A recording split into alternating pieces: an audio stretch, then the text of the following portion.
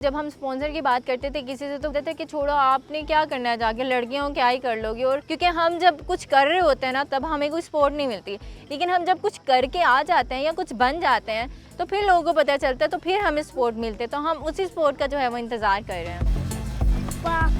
Coach ना होने के बावजूद मैं अपनी ट्रेनिंग करके यहाँ तक पहुँच सकती हूँ। तो अगर मुझे कोच मिल जाए और हुकूमत सपोर्ट करें तो देखें हम कहाँ तक पहुँच सकते हैं। गोल्ड मेडल जीतना आसान नहीं, बल्कि इसके पीछे कई बरसों की मेहनत और मुश्किलात होती है। पाकिस्तान की दो नौजवान खवातीन खिलाड़ियों ने थाईलैंड में होने वाली ताइक्वांडो चैंपियनशिप में शानदार कारकर्दगी दिखाती हुई गोल्ड मेडल्स अपने नाम किए।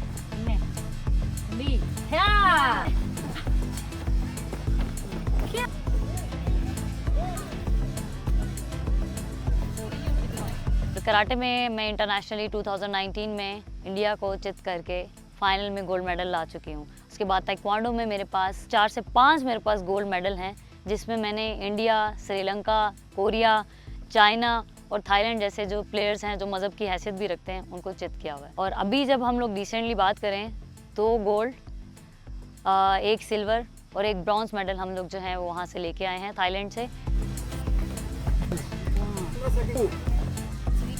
पहला जो मेरा मुकाबला था जो मेरा बैंकॉक में हुआ था वो मेरा थाईलैंड के साथ था, वहाँ पे मेरा गोल्ड हुआ। और उसके बाद जो पताया में हमारा इवेंट था वहाँ पे जो मेरा फाइनल मुकाबला हुआ था वो श्रीलंका के साथ था, तो वहाँ पे भी मेरा गोल्ड हुआ। लेकिन जो मेरी स्पीड पंच था वहाँ पे मेरा मुकाबला जो था फाइनल वो मेरा थाईलैंड के साथ था अगेन, तो उसमें मेरा सिल्वर मेडल हुआ था। तो मैंने 2 गोल्ड और 1 सिल्वर मेडल जो था वो अपने नाम किया।